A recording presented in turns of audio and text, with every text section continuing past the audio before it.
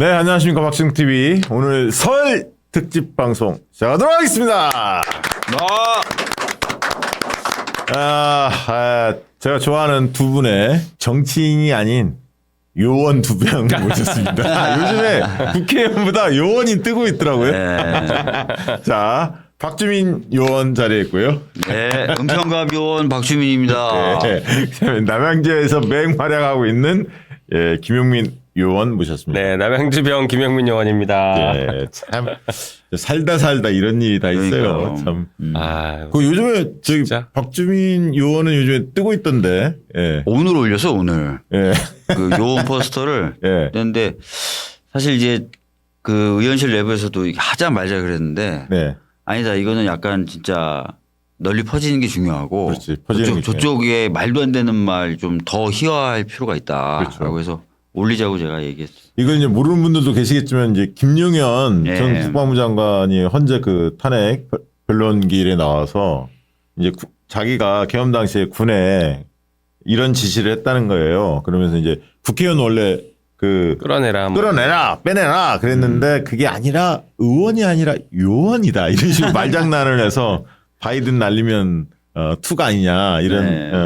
많은 사람들의 놀림을 받았는데 김용민 의원은 이거 왜 안 했습니까? 안 그래도 우리 홍보비서관이 우리도 할 걸 계속 지금이라도 하지 그랬냐고 했는데. 빨리 해야 돼, 빨리 이거. 근데 네. 더 재밌는 게 네. 조선일보가 일면에 예. 그 곽종근이라는 군 사령관이 예. 첫 발언은 요원이었다.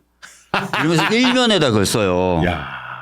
그래서 저희가 바로 반박했잖아요. 공소장 찾아보면 김용현의 공소장 찾아보면 예. 김용현이 의원을 끌어내라고 지시했다고 명백히 기재가 돼 있어요. 그럼 검찰이 예. 그러니까 조선일보의 주장은 김병주 의원이 그 사령관 인터뷰할 때 처음에 그 사령관은 요원이라고 얘기했다. 그래서 요원이 맞다라는 식의 힘을 실어주는 기사를 썼는데 예. 공소장에는 의원을 끌어내라고 정리가 되어 있는 거예요. 그러면 검찰이 공소장을 쓸 때 네. 김병주 의원의 유튜브를 보고 썼냐. 그건 말이 안 되잖아요. 아니 그거 본인이 그 나중에 사인하잖아요. 그러니까요. 검찰 조서에. 말도 안 되는 그러니까. 조선일보도 이제 막 완전 말도 안 되는 그러니까 기사를 쓰고 있어요. 동아일보는 이제 이 구구 세력하고는 좀 절연을 했더라고 확실히 계엄 내란 사태. 물론 그 전에도 윤석열 김건희에 대해서 네거티브 맞아요. 했죠. 좀 바뀌었어요. 네. 좀. 중앙일보는 좀 왔다 갔다 하고 한 3무 정도 있고 조선일보는 다시 돌아왔어요. 완전히 내란 세력에 부합하는 돌아왔어요. 예. 역시 뭐 그러니까 그 기득권을 지키려고 하는 거지 윤을 지키려는 건 아니에요. 그렇죠. 윤만 싹 도려내고 네. 이 기득권은 이제 그대로 유지하겠다. 지금 사실 검찰의 스탠스도 그렇고요. 네. 국민의힘의 스탠스도 그렇고 맞아요. 예, 지금 조선일보의 스탠스도 딱 그겁니다. 맞아요. 윤만 딱 도려내겠다. 근데 제가 조선일보에 대해서 그런 생각을 했어. 정광훈 집회 가봤거든 제가 광화문 때. 살짝 들어봤어 자세히. 안 걸렸어요? 아니 그 약간 두려움이 있었는데 네. 들었는데 옆에서 뭐라고 얘기했냐면 조중동 조선중화 동화 구독 취소해야 합니다. 막 이래. 그러니까 막 사람들 막 이래. 그걸 조선일보 모르겠냐고 알지. 그러게. 그러니까 지금 잘못하면 자기들 쓸려 나갈 수 있다. 구독자들이 그런 위기감들을 조선님을 느끼는 거. 저도 정광훈 집회 근처 이제 지나가거나 하면서 유심히 좀 들어보면 네. 첫 번째 이제 그 방금 말씀하셨던 레거시 미디어들 이쪽 보지 말라는 얘기 되게 많이 하고. 그렇죠. 유튜브만 봐라. 네, 많이 하고 뭐 오히려 유튜브나 이런 거 쪽 많이 보라고 그렇죠, 하고 그렇죠. 그러더라고요. 맞아요. 네. 그래요. 자, 아까 그 경향신문 기사를 보니까 배지들 이제 그 배지 이렇게 마크 있지 않습니까? 거기 의원 써 있는데 이걸 요원으로 바꿔야 된다. 그다음에 이제 국회의사당력을 국회요원당력. 네. 국회요원당력 저렇게 참. 참 대단한 패러디가 얘기. 대단합니다. 아니 근데 설사 요원을 잠깐 멍청한 게 요원을 빼냈다라고 하더라도 그거 자체가 심각한 문제예요. 국회에 요원이 들어가 있다는 것도 문제고 맞아요. 요원을 빼냈다는 것도 자체가 네. 이 계엄을 통해서 무슨 짓을 하려는지를 보여주는 거잖아요. 네. 어쨌든가 국회를 장악하려고 했던 거는 달라지지 않아요. 맞아요. 요원인지 의원인지 달라지지 않습니다. 요원으로 추정된 요원이 진짜 있었다면 추경호, 그다음에 신동욱인가요? 그 네, 숫자 왔다 세고 갔다. 나갔다는 아니 네. 진짜 요즘에 추경 조용하대요. 얼굴 안 비춰져. 저희 보건복지위원장이지 않습니까 제가? 예. 보건복지위원이에요. 그래요? 나와요? 회의 안 나오고 있어요. 근데 본회의는 나오더라고요. 본회의는 나와요. 본회의는 어제도 나와서 네. 구석에 조용히 앉아 있다 나가고 왔다 갔다 해요. 거기는 지금 검찰에 이제 뭐 기소되지 않겠어요? 그렇죠. 경찰 조사를 뭐 이미 받았고 한 두 네. 차례 이상 받은 걸로 알고 있고요. 예. 정리되면서 반드시 처벌해야 될 대상이라고 예. 보죠. 그리고 그 누구죠? 그 김용현이 그런 얘기했잖아요. 저 찬성한 사람이 있었다. 내란에 네. 계엄에 국무회의에 찬성한 사람이 있었지만 누구라고 얘기 못하겠다. 못하겠다. 예. 그러니까 이제 그 짐작이 되잖아요. 대충 뭐 박성재 아니냐. 이상민도 있을 수 있고. 이상민도 당연히 그러고 이상민 요즘에 아무 말 안 하도 막 국회 나가서 네. 증언 거부하고. 그렇죠. 그 증언 거부가 사실은 긍정이죠. 왜냐하면 소방청장이나 이런 사람들이 이상민한테 지시받았다는 걸 이미 인정한 상태에서 예. 저런 지시를 한 적이 있냐 그러면 아니라면 아닙니다라고 하면 그렇지, 되는데 그렇지. 예. 사실을 확인 못 해드립니다. 예. 맞아요. 말을 못 합니다. 이렇게 하잖아요. 그 김용현이가 머리가 나쁜 인간이더만 머리가 안 들어와. 그러니까 우리 국회 측 그 소추 대리인이 계속 지적하잖아요. 쪽지 팔 나온 거 누구누구 뭐 이렇게 얘기하니까 술술 불어. 행안부 장관, 총리, 총리, 뭐 야, 다 들어놨어. 경찰청장 뭐 이렇게 하면서. 그러니까 한독수도 굉장히 당혹해 할 것 같아요. 어제 힘들겠죠. 그렇죠. 김용현 진술 보면서 네. 증언 보면서 이상민도 얼마 안 남은 것 같고 예. 국무위원들이 지금 이제 좀 떨릴 것 같아. 왜냐하면 검찰 스타일로 네. 검찰이 그동안 죄 지은 게 많으니까 이 국면에서 뭔가 세탁하려고 할 거 아닙니까? 근데 지금 얼마 전에도 검찰발 기사가 나왔는데 국무위원들은 다 불기소하는 거 무혐의로 가닥을 잡은 것 같은 기사가 났어요. 맞아요. 그 얘기 하대요. 예. 그게 도대체 왜 그러냐를 보면 아까도 말씀드린 그 맥락인데 지금 이 기득권에서 윤만 도려내자. 이면 국무위원까지 다 도려낼 필요가 없는 것이고요. 더 중요한 건 이 검찰이 이 내란 사건에서 자유롭지 못하다라는 예, 얘기들이 의혹들이 계속 나와요. 맞아요. 근데 구체적인 행위가 나오는 것은 아직 많지는 않은데 워낙 꽁꽁 감싸고 있으니까 그렇더라도 제가 얼마 전에 법사위에서 한번 폭로한 적이 저기 제보가 들어와서 폭로한 적이 있었던 게 있는데 뭐 사실관계 조금 더 확인해봐야겠지만 일단 제보 받은 걸로만 말씀을 드리면 심우정 검찰총장이 국방부의 고위 간부에게 전화해서 지금 김용현 어딨냐 연락이 안 된다 이런 걸 확인했다라는 거예요. 계엄 터지고 나 그 이후에 맞아. 그거 나왔어요. 기사가. 예, 그 이후에 그 얘기가 나왔다는 거예요. 그래서 그러고 나서 뭐 하루 이틀 있다가 김용현이 갑자기 검찰의 품에 안겨버렸죠. 맞아요. 그래서 이거 도대체 뭐냐. 그때도 김용현이 검찰 품에 새벽에 가가지고 예. 체포됐잖아요. 핸드폰 스스로. 바꾸고. 예. 민정수석이 가르쳐줬다는 거야. 그러니까 지금 뭐 하는 짓인가 싶었는데 그 과정을 심우정이 뭔가 컨트롤한 것 아니냐라는 의혹이 제기되고 맞아요. 있는 것이죠. 예. 그러면은 심우정은 왜 그랬을까? 만약에 사실이라면 왜 그랬을까를 보면 결국에 이 내란을 터뜨렸을 때 윤석열이 가장 먼저 검찰에게 이런저런 지시를 했을 거라고 저는 생각해요. 그거 안 하면 바보인 거죠. 어떻게 보면요. 그렇죠. 이 내란의 목적은 사실은 국회 뭐 겁주기 이게 아닙니다. 장기 집권이에요. 그렇죠. 장기 집권 하려면 국회를 해산시켜야 되거든요. 국회 해산시키려면 부정선거 그리고 정치인들이 여러 가지 비리를 저질렀다. 그리고 포고령을 위반했다. 이런 것들을 수사를 통해서 기소를 통해서 다 날려버려야 되거든요. 그렇죠. 그걸 누가 합니까? 검찰이 해야죠. 그러니까 그 당시에 계엄 직전에 과연 윤석열이 심우정 검찰총장한테 전화를 안 했을까? 군인들은 다 했는데 했을 지금 가능성이 높죠. 높죠. 가장 친정인데. 그러니까 이제 그런데 실패했단 말이에요. 계엄에 대해서. 네. 그러니까 심우정도 머리를 굴렸지. 그리고 경찰이 바로 김용현을 막 잡으려고 하니까 네. 허겁지겁 심우정이 SOS를 친 거야. 국방부 차관한테 전화해서 연락처를 물어본 거고. 그렇게 했다는 거 아니에요? 그러니까 비아폰을 알아서 그 다음에 이제 그 윤석열 대통령 통화하고 민정수석 통해서 이렇게 조율한 다음에 자진 네.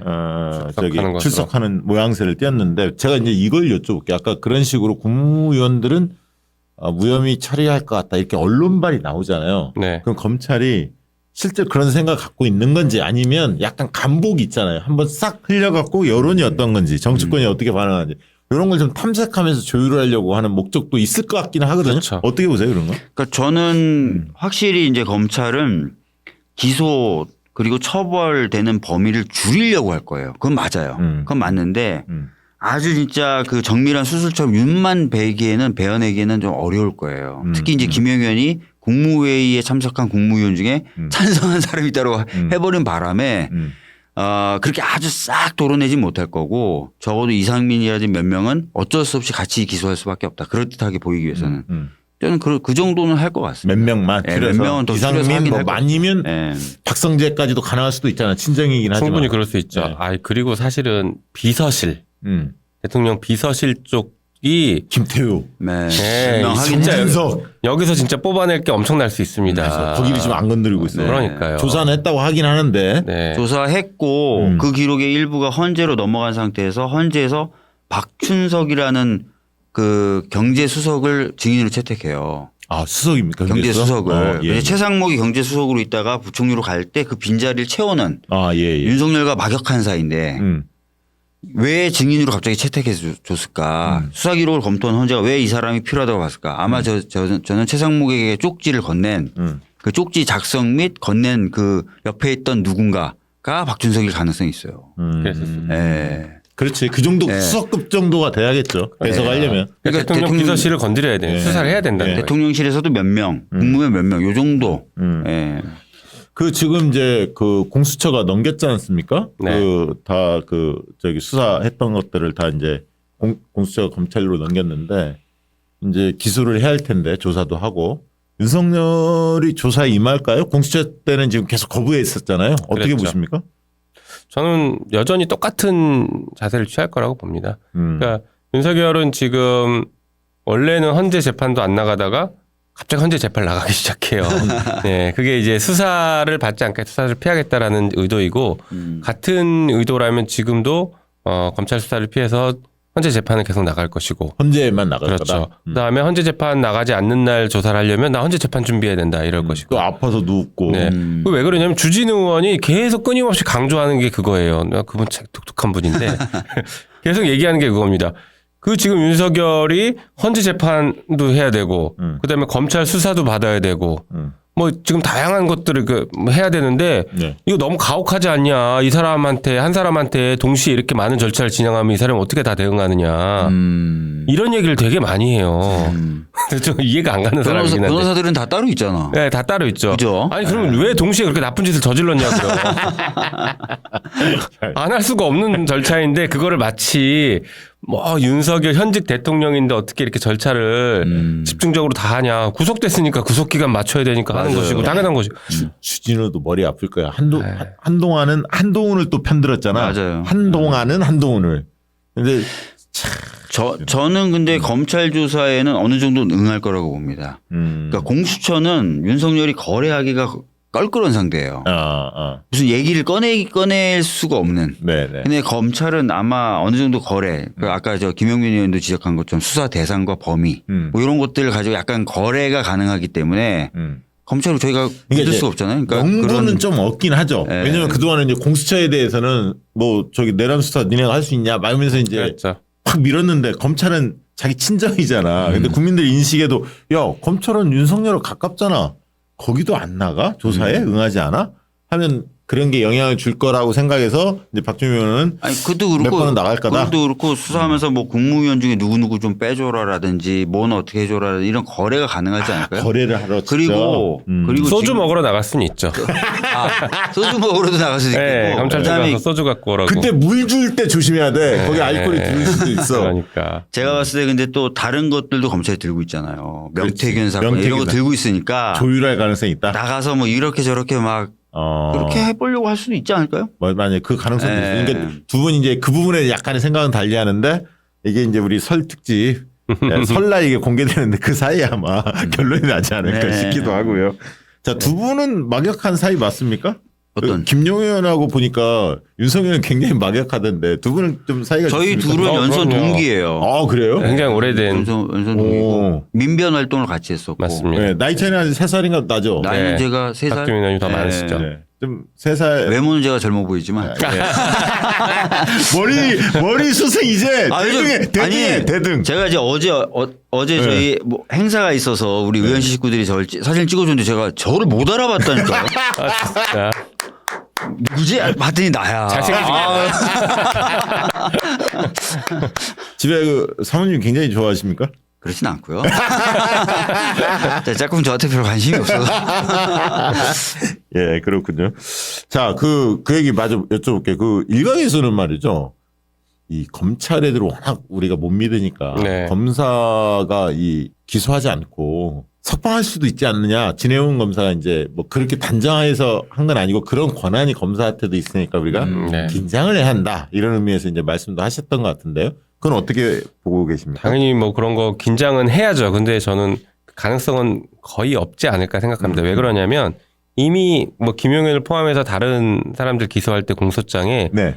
내란 우두머리 윤석열이 정리가 돼 있어요. 그러니까 맞아요. 기소를 안 할 수가 없죠. 그렇죠. 근데 기소를 하는데 불구속 상태로 기소한다? 이것도 그 검찰이 감당할 수 없는 일입니다. 지금 검찰은 사실은 뭐 윤석열에 대해서 뭐 선배니까 법조 선배고 검찰 선배니까 뭐 봐주고 싶은 마음도 있겠지만 지금 존폐의 기로에 서 있거든요. 안 그래도 원래 존폐의 기로에 서 있는 상태였는데 윤석열이 저렇게 내란을 저질러서 황당한 일을 만들어 놨고 거기에 대해서 국민들의 분노가 크고 그 분노는 자연스럽게 검찰개혁으로 또 이어질 가능성이 있는 상태에서 네.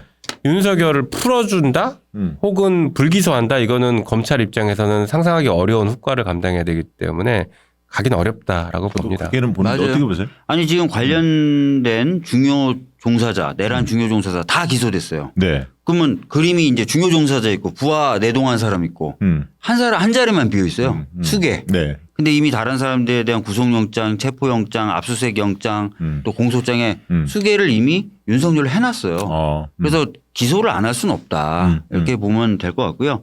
다만 이제 아까 말씀드렸던 것처럼 그리고 우리가 말씀 나눴던 것처럼 국무위원들이라든지 대통령실이라든지 이런 어떻게 보면 좀 국민의힘과 전통적으로 끈끈했던 엘리트 집단들 네. 네. 요쪽을 어느 정도 건드리느냐 요게 이제 남은 거죠. 그렇죠. 그리고 솔직히 말씀드리면 대통령실이나 국무위원들이 윤석열이나 국민의힘에 대해서 알고 있는 게 굉장히 또 많겠죠. 그러니까 어느 정도 거래가 거기서 이루어질 수는 있다. 그건 이제 우리가 네. 지켜봐야죠. 네. 부릅뜨고 그 윤석열을 그 전에 네. 이 정치권 두 분 들어오시 전에도 혹시 뭐 만났던 적 혹시 있습니까? 개인적으로? 저는 없었어요. 없었습니까? 윤석열 만난 적 있어요? 특검 당시에 예. 통화 뭐 이런 건 있었고요. 아. 그다음에 이제 저는 이제 초선의원 때 인사청문회가 있었죠. 아, 그래서 예, 인사청문회 관련해서 검찰총장 할 때? 네, 총장 될 때 인사청문회 할 때 사석에서 본 게 아니라 인사청문회장에서 이렇게 보거나. 그러면 이렇게 한번 여쭤볼게요. 윤석열은 어떤 사람으로 그전에는 알려졌었어요? 검사 윤석열 하면 우리 그냥 언론에 나온 거 말고 실제 이제 들었던 얘기들이 있었잖아요. 제가 그 당시 그러니까 특검 당시에 이제 그 얘기 나눌 기회가 있어서 잠깐 얘기를 나눴을 때 통화했을 때 예. 느낌은 그냥 동네 아저씨 같은 느낌이었어요. 뭐 동네 아저씨 같은 느낌이었고. 박 의원 나중에 술 한잔 하지 뭐 이런 거. 그런 건 아니었고요.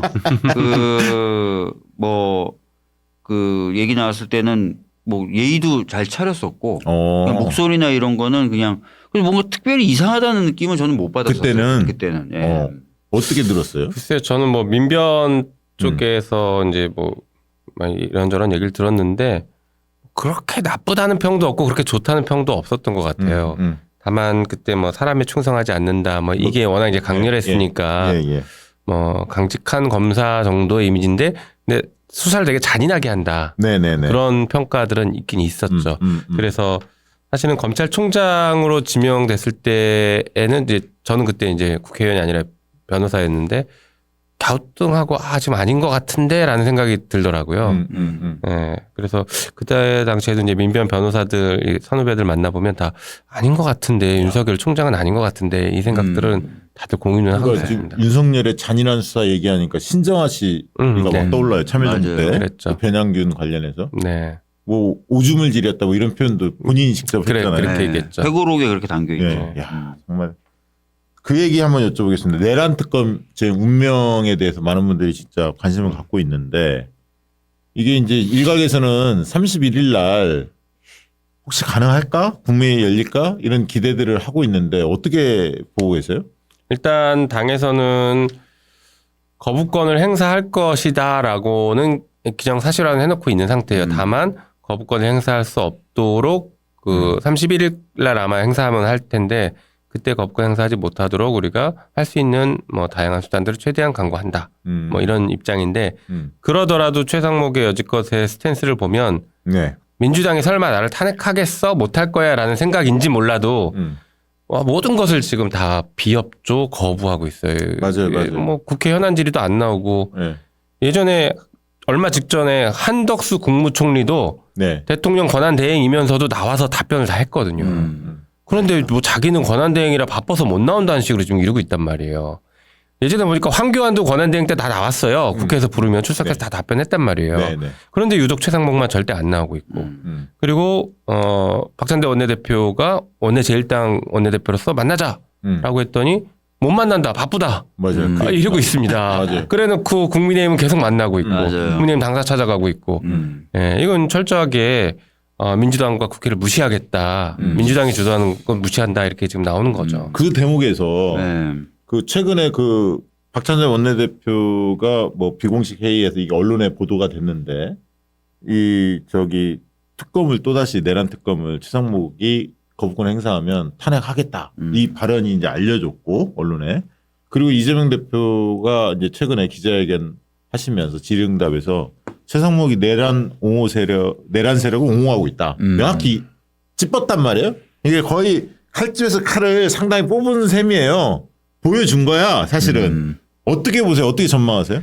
의원님은? 그러니까 사실 이번에 이제 또 내란 특검을 거부한다면 더 이상 어떡하겠어요. 저는 솔직히 뭐 지도부가 아니어서 이런 말씀 뭐 드리는 게 좀 그렇지만 지도부도 되게 곤욕스러울 것 같긴 한데 내란 특검 거부하면 결국 진짜 탄핵할 수밖에 없지 않나. 이 상태를 계속 끌고 가겠다는 거잖아요. 네. 그러니까 제가 이제 나름대로 머릿속으로 시나리오를 그려보는 거예요.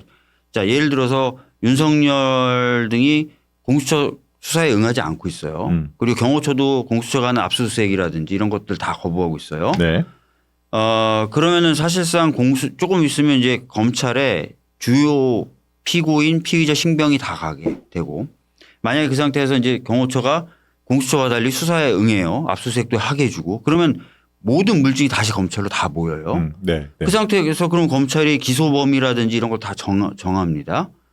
지금 그 상태를 만들고 유지시키려는 게 아닐까. 그러니까 자기 또 빠져나와요. 예. 최상목 입장에서는. 예. 그러면 이제 결과적으로 검찰 수사가 아까도 우리가 얘기했지만 굉장히 좁은 범위에서 국무위원들이나 대통령실 수사한다 해도 아주 좁은 범위에서 수사가 이루어지면서 최대한 국민의힘에는 타격을 안 주는 방식으로 수사가 이루어지고 검찰이 이런 걸 최상목 머릿속에 이제 이미 국민의힘과 얘기하면 시나리오를 다 그려놓은 게 아닐까. 특검을 거부한다면 사실 그렇게밖에 의심할 수가 없잖아요. 네, 그러면 네. 그런 상황을 용납하고 용인할 수밖에 없는가 우리가. 탄핵에 대해서 진지하게 고민을 좀 하긴 해야 될 것 같다는 생각이 개인적으로 들어요. 아유 감사합니다. 그렇게 말씀해 주신. 저는 뭐 원래 강경파야 김용민 의원. 아니 제가 합리파인데 이런 문제는 또 단호하죠. 단호해야지. 단호하죠. 네. 그래서 저는 뭐 진작부터 탄핵해야 된다는 입장이긴 했는데요. 어쨌든간 이렇게 볼 수 있을 것 같아요. 그러니까 지금 최상목이 만약에 이제 말씀하신 것처럼 그런 그림을 그리고 있다면 착각이다라는 걸 분명하게 보여줘야죠. 정보를 하고 싶고요. 왜냐하면 끝까지 책임 물을 겁니다. 요번에 특검이 늦춰져? 그러면 다음번에 특검에서라도 아니면은 뭐 예를 들면 정권이 교체되면 반드시 책임을 물어야 돼요. 이 내란은 어느 정권이 들어서더라도 반드시 정리를 하고 가야 됩니다. 야, 이게 되게 중요해. 예, 그래야 다음번 내란이 안 생겨요. 그래서 끝까지 다 책임 물리는 거, 지금 잠깐 피할 수 있다는 착각 안 해야 된다는 걸 경고를 하고 싶어요. 그리고 이제 그 특검이 만약에 그 뭐 31일 날 거부권 행사되면 재의결을 저희가 해야 되지 않습니까? 네. 근데 재의결 시점 자체가 결국에 검찰의 기소 이후일 가능성이 상당히 높아요. 왜냐하면 검찰은 지금 구속기간이 그렇죠. 있단 2월 말이에요. 8일까지죠? 네. 7일 아닌 8일까지. 그 구속기간 내에 검찰은 기소를 할 건데 그러면 저희가 이제 재의결을 하거나 특검에 출범하는 거는 윤석열 기소 이후일 시점이라 예. 특검에 대해서 그 힘이 빠져 있는 상태일 가능성이 높습니다. 예. 그렇다라고 본다면은 저희가 뭐 당연히 그래도 저희는 특검을 해야 되고 아까 말씀드린 여러 가지 사유가 그렇죠. 있고 검찰한테 모든 걸 예. 맡기는 게다가 공소유지를 특검이 해야 되는 게 맞아요. 진짜 중요해요. 네. 지금 경찰은 거기에 대해서 큰 불안감을 갖고 있거든요. 검찰이 유지. 예, 재판 검찰이- 과정에서 뒷받침을 해야 한다 맞습니다. 이거죠. 검찰이 공소유지하는 것에서 불안감을 되게 크게 갖고 있더라고요. 그래서 네. 그럼에도 불구하고 하여튼 특검이 굉장히 필요하다는 관점에서 특검을 갈 건데 이런 상황들을 만들어 놓은 최상목에 대해서 정치적인 책임, 법적 책임을 묻지 않는 것은 불가능하지 않을까 저희 생각합니다. 민주당이 못 견딜 거예요. 그 상황이 된다라고 하면. 그러니까 이게 상황이 좀 바뀐 게 뭐냐면 네. 제가 이제 국민들 여론조사 인식을 좀 네. 많이 그 들여다보는 입장에서 이게 만약에 서부지법의 폭동 사태가 없었고 국민의힘이 뭐 계엄에 대해서 좀 반성을 하고 네. 내란에 대해서 이 끊어내려고 하는 흐름이 보였다면 우리가 좀 고민이 됐을 것 같아. 네. 그러니까 최상목까지 끊어내면 이게 불안 심리가 커져서 대선에 이 악재가 끼치는 거 아니야 이런 걱정 솔직히 할 수 있거든요. 네. 근데 이제 폭동 일어나는 걸 봤고 그런 거를 또 옹호하고 있고 여전히 부추기고 있고 네. 그렇죠. 이런 걸 보면 이 강대강 저들과의 싸움이 이 국면이 이 무슨 합리적으로 뭔가를 이렇게 해결해서 돌아갈 상황이 안 되는 것 같아. 안 돼요. 기와 기 싸움에서 눌러야 제압을 해야 하는 거야. 네. 지금은 이제 그 단계로 넘어간 것 같아요. 네. 그러니까 그 전에 야 최상목까지 날리면 그 다음에 이주호인데 이주호는 또 어떻게 하지? 막 이게 고민이 되게 많았는데 네. 지금은 그럴 생각할 계제가 아니다. 어차피 그 비상국면에서 대선을 맞이할 수밖에 없겠구나라는 생각이 좀 들더라고요. 개인적으로 그렇게 보고 지금 있고. 국민의힘 의원들 만나면 예. 그 얘기밖에 안 해요. 우리가 여론조사에서 높게 나왔다. 계속 이 얘기밖에 안 해요. 앵무새처럼. 그러니까 협상이 안 되고 대화 자체가 안 되는 거예요. 뭐 얘기를 하고 야 니들 이건 인정하고 이렇게 가야 되는 거 아니에요? 그러면 아, 우리가 지지율 더 나와. 계속 이 얘기만 합니다. 근데 아까 김용민 의원님 의견 중에 네. 박주민 의원님한테 한번 여쭤보고 싶은 게 저는 한 2월 5일 정도에 이제 윤석열 기소할 거 아닙니까? 7, 8일까지니까 좀 앞당겨서 그럼 5일 날쯤 기소하면 기소가 된 상황에서 어떻게 보면 제가 볼 때 기소가 됐기 때문에 검찰에서 그 국민의힘의 한동훈 쪽 그때 204표가 나오는데 탄핵 가결하는데 동조했던 네. 한동훈 그 흔히 말하는 지지하는 의원들 몇 명 있는 거잖아요. 10명 남짓. 네. 이 사람들이 한동훈도 대선을 뛸 수밖에 없는데 이 사람들 입장에서는 윤석열이 기소가 됐기 때문에 그러면 이제 특검에 동참해야 하는 거 아니냐. 왜냐하면 여기는 내란과 계엄을 좀 끊고 가야 한동훈 쪽은 정책 공간이 열리거든. 사실 그렇죠. 예, 저는 약간 그 생각을 하고 있어요. 근데 그게 명분이 윤석열 기소됐다 이제.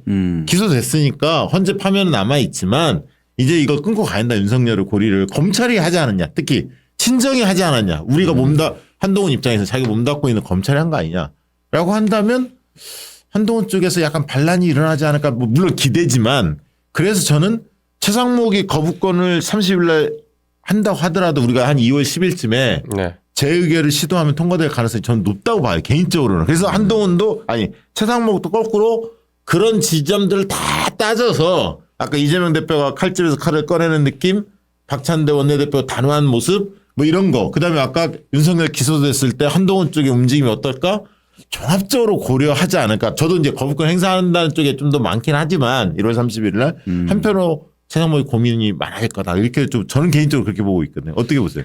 지난번에 이제 그러니까 이번에 이제 국민의힘이 자기네들 내란 특검법 내 가지고 표결했을 때 말고요. 네. 지난번에 저희가 한 표는 기권해서 사실상 이제 한 표 모자란 상황이 됐었잖아요. 네, 내란 네, 네. 특검 관련해서. 그때 이제 제가 국민의힘 의원들한테 쭉 전했을 때 확실히 이제 예전에 우리 쪽에 표를 줬던 그분들 중에 제가 센 게 5명이었는데 5명은 확고하더라고요. 여전히 확고하고 아는 흔들림이 없어요. 예. 그러니까 이제 그 상태가 유지돼 있고 플러스 알파만 있으면 사실상 할 수 있죠. 그때 그런 압력이 있었기 때문에 권성동도 그렇죠. 자체안을 낸 거거든요. 예, 예. 근데 이제 자체안을 내고 그걸 의총해서 이거로 우리 해보자라고 해서 이제 많이 좀 저쪽 당도 흔들렸었는데 그쪽의 내용을 상당히 수용했던 우리 특검법이 또 거부돼서 온다. 그러면 예전에 그 멤버들은 또 고민할 거예요. 근데 이제 그분들을 잘 우리가 좀 얘기를 좀 나눠 놓으면 그게 사전에 좀 미리 얘기를 해서 나눠놓고 그런 분위기가 있으면 권성동이 받았던 압력과 같은 압력을 최상목 느끼겠죠. 그러면 아예 거부를 안 할 수도 있어요. 예. 하여튼 그런 일들은 좀 하긴 해야 될 것 같아요. 그리고 예. 한동훈 쪽에서 한동훈 입장에서는 이번 대선에 안 나오면 텔방이 있답니다. 지금 뭐 움직이고 있대요. 근데 그러면 뭔가 명분을 잡아야 하는데 자기가 다시 뛰어드는 물론 정계 은퇴한 입장은 아니지만 다시 뛰어드는 명분을 잡아야 하는데 그거는 정치적 명분밖에 없잖아요. 네. 그런 측면에서 그러니까 그거는 이제 네. 두 가지일 것 같아요. 그러니까 우리 당이나 이렇게 그 기존에 네트워크 있는 의원들이 그쪽을 잘 좀 설득하고 네. 흔들리지 않게 하는 거 하나 하고 네. 결과적으로는 그쪽 대부분 초선하고 비례해요. 그러니까 한동훈 같은 사람이 뭐 정치적인 어떤 리더십이 약하다고는 하지만 그쪽 안에서는 그나마 큰 그룹이거든요. 그렇죠. 그리고 실제로 그쪽 안쪽에 있는 분들하고 얘기 나눠보면 저희 쪽에서는 납득이 잘 안 되지만 한동훈을 존경해요. 그 그룹에 있는 사람들은. 그러니까 저희들은 납득이 안 되지만 그러니까 한동훈이 뭔가 정치적 결단을 해준다면 약간 그런 흐름을 그러니까 만드는데 좀 영향이 있겠죠. 한동훈 개인의 리더십보다는 워낙 구구 애들이 판치니까 야 저건 아니잖아. 그런 우려도 있어요. 그게 그런 있잖아. 우려도 있어요. 예. 근데 한 가지 좀 걱정은 저도 이제 당연히 뭐 특검법 가결 가능성이 예전보다 더 높아졌다라고 보고 있고 뭐 그다음에 거부권 행사 자체를 안 할 수도 있다고 봐요. 그러니까 안 할 수 있다는 지점은 아까 말씀하신 다양한 정치적인 이유도 있고 더해서 특검을 거부권을 행사하려면 법무부 장관이 거부권 행사해야 된다라고 건의를 하면 이제 국무회에서 논의를 하는 네, 구조인데요. 네. 14일까지죠? 원래 기간 15일인가? 네, 15일. 근데 법무부 장관이 없으니까 지금 차관이 대리하고 있지 않습니까? 네, 네. 대행하고 있는데 이 사람이 법사위에 나와서는 네. 자기들이 기존에 거부권 행사했을 때 문제라고 지적했던 것들이 이번 특검법에 다 해소됐다. 맞아요. 이런 입장을 밝혔어요. 그러니까 네, 거부권 행사할 사실 명분이 없어요. 없죠.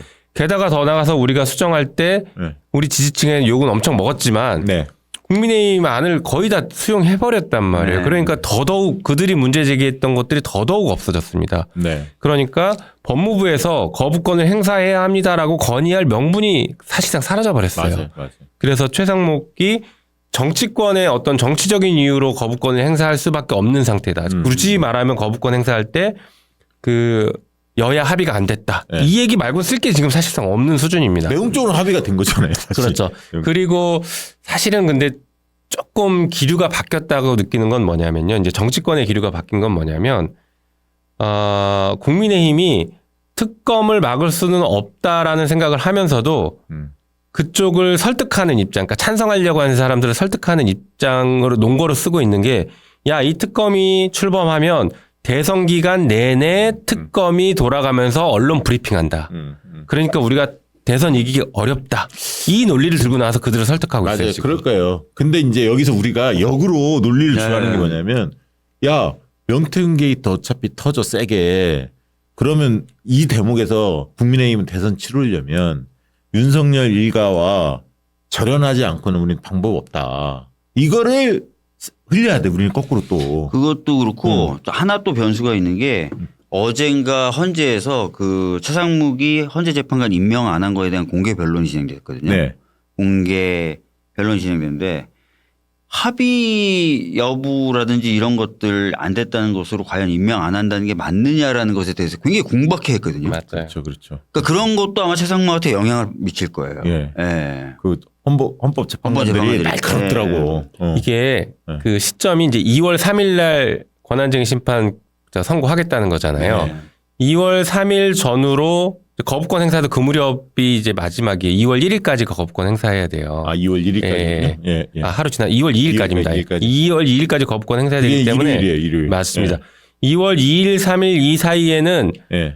최상목이 거부권을 행사했는데 갑자기 헌재에서 인용 결정이 나버리고 권한쟁의 위헌이다. 예, 예. 임명 안 한 게 위헌이다. 이렇게 막 나오고 하면 완전 몰리는 건데. 엄청 몰리는 상황입니다. 맞아요. 몰리는 거예요. 이거 그래서 100% 2월 3일 마흔형 옵니다. 그러니까요. 돌아옵니다. 예. 그래서 지금 그 최상목한테는 이 두 가지를 같이 고려하면 거부권 행사하는 게 지금 어려워요. 상황이기도 상황이 해요. 어려워요. 길이지. 그리고 우리 입장에서는 네.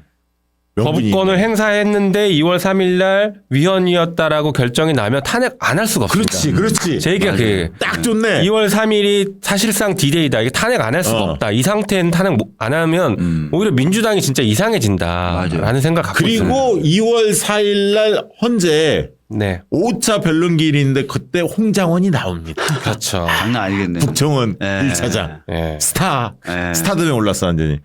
개인적으로 말하는 걸 딱 들어보니까 느낌이 어떻던가 홍장원. 저는 그분이 예. 보수는 저래야 된다는 생각이 들더라고요. 맞아요. 그리고 예. 공무원이 영혼이 있어야 된다. 영혼 없는 공무원이 사실은 윤석열 같은 사람이 지시하면 다 따라버리는데 이 영혼이 있으니까 이건 아니다. 아니 그 국정원이 가장 오른쪽에 있는 사람들은 아니야. 맞아요. 쉽게 그러니까요. 이야기하면 그런 사람들도 저렇게 이야기하는데. 네. 그래서 진짜 우리가 생각은 달라도 그래도 공무원의 자세 그리고 보수라는 사람들이 표방하는 가치를 지키려는 자세는 진짜 존경스럽다는 생각이 들었어요. 아마 헌재에서 막힘없이 질문에 답을 할 것 같아요. 그러니까요. 그러니까 네. 김용현 저 왔다 갔다 하고 김용현이 없던 줄 제가 제일 황당하던 것 중에 하나가 포고령이 뭐 효력이 없다고 막 얘기해서 재판관이 근데 포고령 위반으로 왜 박주민 고발했어요? 그랬더니 뭐라 그런지 아세요? 김용현이? 뭐라고 했어요? 제가요? 이씨. 맞아. 야, 제가요? 거기서 알코올 치매 증세야? 아 진짜. 제가 누구한테 고발당한 거예요? 그러면 난 누구한테 고발당한 거야 도대체. 유일한 저기 헌재의 변수는 사실 나머지 변수는 없고 윤석열이 시간 끌기를 하려고 할 텐데 특히 이제 병원에 눕는 거 있잖아요. 어디 아프다. 근데 원래 뭐 본인 출석 안 해도 강행할 수 있잖아요. 강행할 수 그럼요. 있죠. 네. 뭐 걱정 안 해도 되겠죠? 안 해도 돼요. 그럼요. 그러니까 윤석열이 지금 기대는 건 사실은 폭동이죠. 근데 이제 제가 법조 기자들한테 얘기를 들어보니까 헌재 네. 재판관들에게도 협박성 문자가 엄청 들어간다는 거예요. 근데 이것 때문에 헌재 재판관들이 빡치지. 빨리 끝내야 되겠다. 빨리 끝내야지. 그러니까. 네, 빨리 끝내야 되겠는데 이렇게 생각한다는 거예요. 지금. 그래서 저는 박지원 원장, 박지원 의원 출연을 했었나요 저희 방송에. 저는 이제 그 전부터 2월 27일 날 끝낸다. 왜냐하면 2월 13일까지 8차가 딱 잡혀 있잖아요. 그렇죠. 변론기일이 마지막. 네. 그 평이 쓰는데 한 2주 걸린다 보니까 2월 27일이 목요일이더라고. 끝난다. 이렇게 봤더니 박지원 의원께서는 2월 28일이다 얘기하시더라고요. 그 다음날. 그래갖고 500원 내기하고 3월 1일 날이 3일짜리잖아요. 만세. 네. 만세 부르러 좀 나갔으면 좋겠다. 개인적으로는 언제쯤 예상하고 계십니까? 저도 2월 말쯤으로 봐요. 참고로 박근혜 탄핵 때는 최종 그 변론 끝나고 열흘 뒤에 선고했습니다. 맞아요. 열흘 네, 뒤에. 10일 써야 걸렸어요. 되거든요. 네. 그래서 이번에도 한 열흘 정도 보면 더 될 빨라질 것 수도 같고, 있고. 예, 2월 한 25일경쯤 더 될 수도 빨라질 있다. 수도 게다가 박근혜 때보다 쟁점이 더 적습니다. 심플해요. 하나의 사건이었으니까. 네네네. 그때는 박근혜 때는 4개의 사건, 5개의 쟁점이었는데 하나의 사건, 4개의 쟁점입니다. 그래서 네. 더 심플합니다. 그래서 더 빠르게 결론 낼 수 있고 그다음에 증거 관계가 뭐가 많은 것 같지만 간단합니다. 그거 다 드러나 있잖아. 전 국민이 봤어요. 다 봤잖아. 네. 네. 그리고 뭐 윤석열이 지시했냐 안 했냐 이거는 아무 의미 없습니다.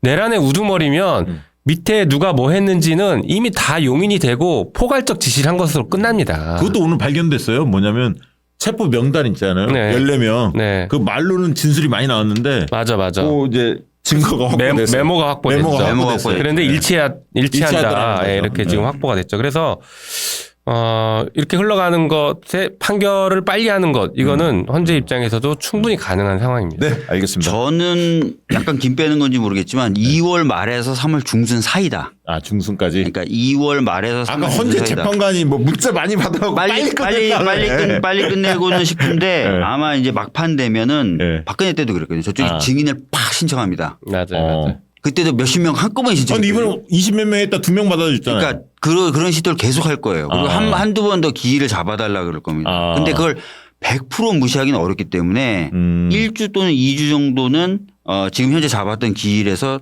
조금 더 지체돼 할 수 있고 그렇게 생각해 보면 3월 중순까지도 보는 게 볼 수는 있다. 아, 근데 네. 그 재보궐선거 4월 달에 있는 게 있잖아요. 제가 네. 알기로는 3월 8일인가 며칠까지가 확정이 되잖아요. 만약에 대선이. 그럼 네. 대선하고 같이 치르거든. 아, 종합적으로 고려할 겁니다. 그러게 변호인들이 그 얘기도 좀 많이 강조를 해야겠네요. 네. 진짜로. 이게 네.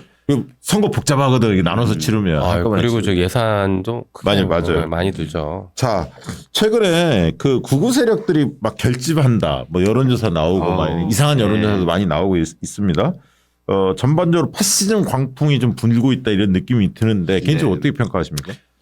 뭐 실제 그런 움직임들이 뭐 분명하게 있고 그게 표출된 게 이제 서부지방법원 폭동 사건이었죠.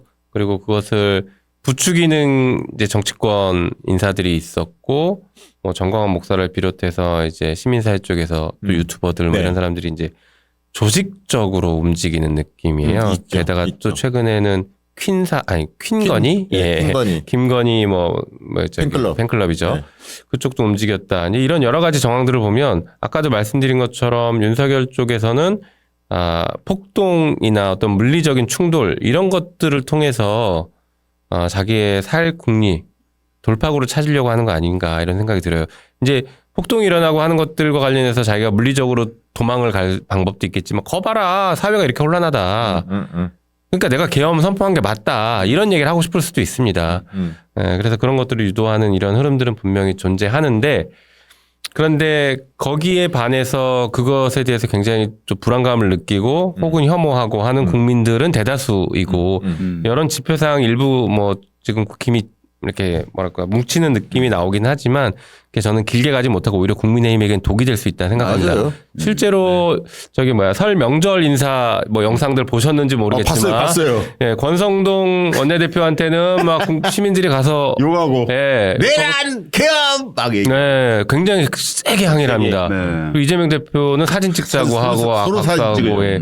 이런 게 진짜 민심이지 않을까라는 생각이 들어요. 오늘인가 갤럽 봤더니 약간 정상이라기보다는 약간 좀 네, 민주당이 4%포인트 올랐죠. 네. 네. 지금 보면은 이제 그 중도층에서는요, 참고로 갤럽 조사에서도 거의 더블 스카예요. 네. 대부분 조사 다 그렇습니다. 중도층이. 그러니까 이게 지금 그 극우가 부상하는데요. 얼마 전에 신진욱이라는 그 정치 아까 교수님 글을 쓰셨는데 굉장히 좋아요. 한번 읽어보시면 좋을 것 같은데 극우와 보수는 완전히 다르다는 거예요.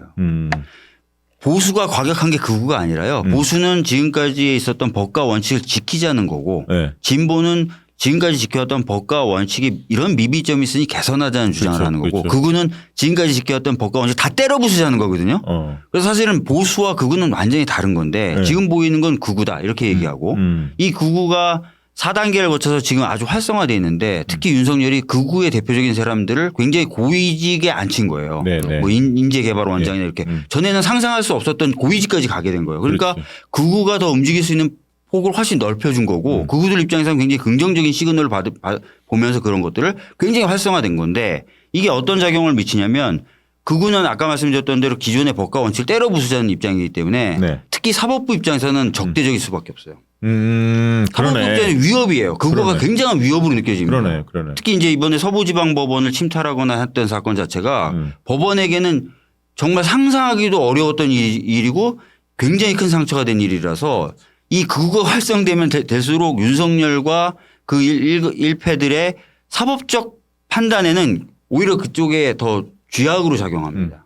그걸 인식을 하셔야 된다는 말씀을 잠깐 드릴게요. 네, 그 지금 뭐 적극적으로 보수층 응답도 하지만 ARS 조사나 이런 거는 RDD 조사 이런 거는 거짓 응답, 연령, 거짓, 네네. 그다음 뭐 지역도 경상도 사람들이 뭐 호남으로 응답하기도 하고 이게 쉽게 이제 그게 쉽게 60, 70대가 20대, 30대로 거짓 응답해서 쿼터 관리를 하는데 그게 빨리빨리 차거든요. 네. 그런 것들을 이제 많이 하는 게 이제 ARS 조사가 취약하기 때문에 그런 걸 많이 하는데 전화면접 조사 안심번호는 여전히 그 조사에서도 보수들이 응답을 많이 하긴 합니다만 유심히 보시면 중도층 흐름을 유심히 보시면 MBS 조사도 정권 교체가 60, 네. 정권 재창출이 29밖에 안 나와요. 그러니까 거의 2배 차이 나요 정권 교체가. 네. 그래서 큰 흐름 바뀐 거 없다. 착시적인 현상들이 보일 뿐이다. 그래서 곧 열심히 보시면 되고 여론조사 곧.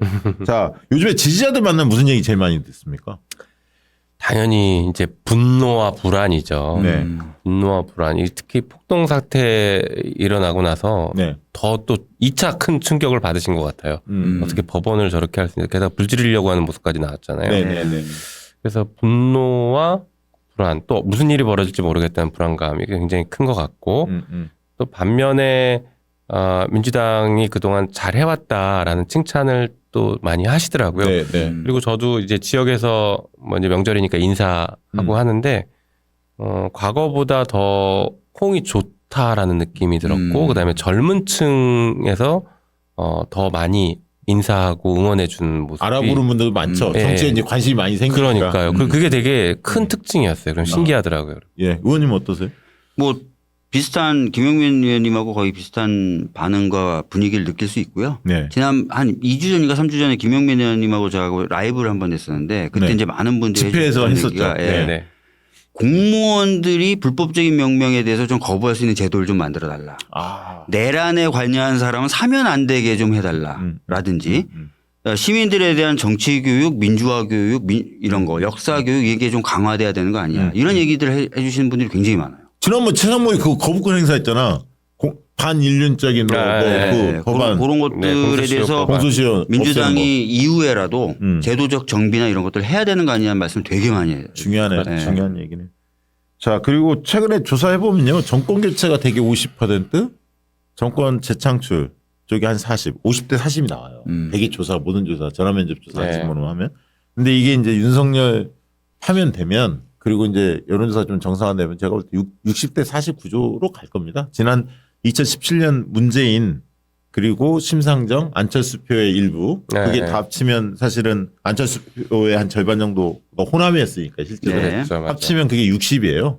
60입니다. 그러니까 탄핵을 자초했던 세력이 40%훅 줄어드는 거거든요. 네. 그걸 이제 잘 보시면 돼요. 근데 지금도 크게 달라지지 않는다. 6대 4 구조에서 대선이 치러질 가능성이 아주 높다고 저는 봅니다. 물론 이제 그 다음에 이제 후보 변수가 있는 거죠.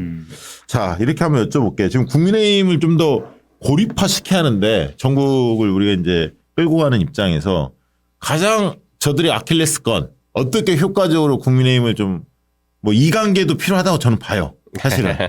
그래서 보이지 않게 한동훈을 관리할 필요도 있습니다. 저쪽 쪼개놔야 돼. 그게 장기적으로 보면 사회 대개혁 안정적으로 우리가 차기 정권을 잡았을 때 개혁의 드라이브 맞아요.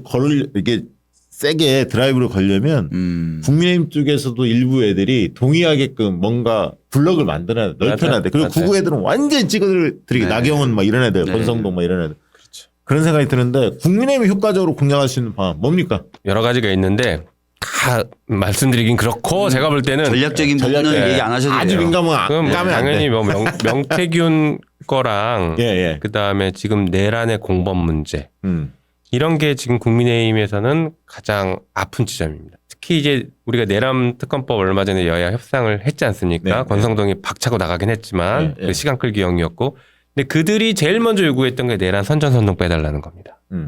왜냐하면 자기들이 수사받으니까. 맞아요. 아까도 말씀드렸듯이 윤석열은 도려낸다. 하지만 우리는 살자. 그렇지. 그 얘기. 이게 굉장히 강해요. 예. 그래서 내란 선전선동 내란 공범의 이 이슈는 국민의힘에게는 굉장히 큰 핵폭탄으로 작용할 수 있다라는 점이 하나 있습니다. 또 하나는 명태균 게이트. 이것도 국민의힘한테는 굉장히 아픈 지점이거든요. 그래서 말씀하신 것처럼 이 두 가지 이슈에서 한동훈은 좀 자유로워요. 그렇더라고요. 두 이슈에서 큰 소리 칠 수 있는 입장이에요. 정치적으로도. 맞아요. 실제 법적 책임을 질 가능성도 상당히 낮고 한동훈 세력들은. 그렇기 때문에 한동훈 쪽에서 이 부분을 좀 강력하게 들고 나와야 된다라고 보고 있고. 그러니까 우리가 머리를 좀 써야 돼. 사실. 네, 그걸 이제 어떻게 이제 끌어낼 건지는 다양한 방식들을 지금 맞아요. 고민하고 있습니다. 그리고 제가 들은 얘기는 박관천 네. 전 청와대 행정관이 원래 이제 경찰 출신이잖아요. 정보통이잖아요. 네.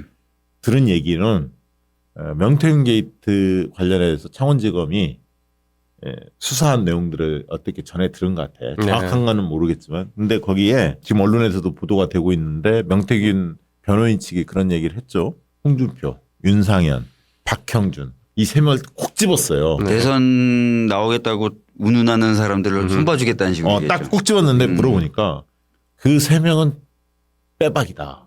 이 상당히 심각할 거다. 그래서 제가 오세훈은요? 딱 물어서 그 전에 오세훈이 많이 네. 있었죠. 오세훈은 고급 정도까지는 아닌 것 같다. 약간 이렇게 이야기를 하더라고요. 네. 아무튼 그분의 주장입니다. 네. 박한천 우리 그러니까 행정관의. 지금 김영민 의원님이 말씀하셨던 두 가지 사법적 이슈가 있고요. 네.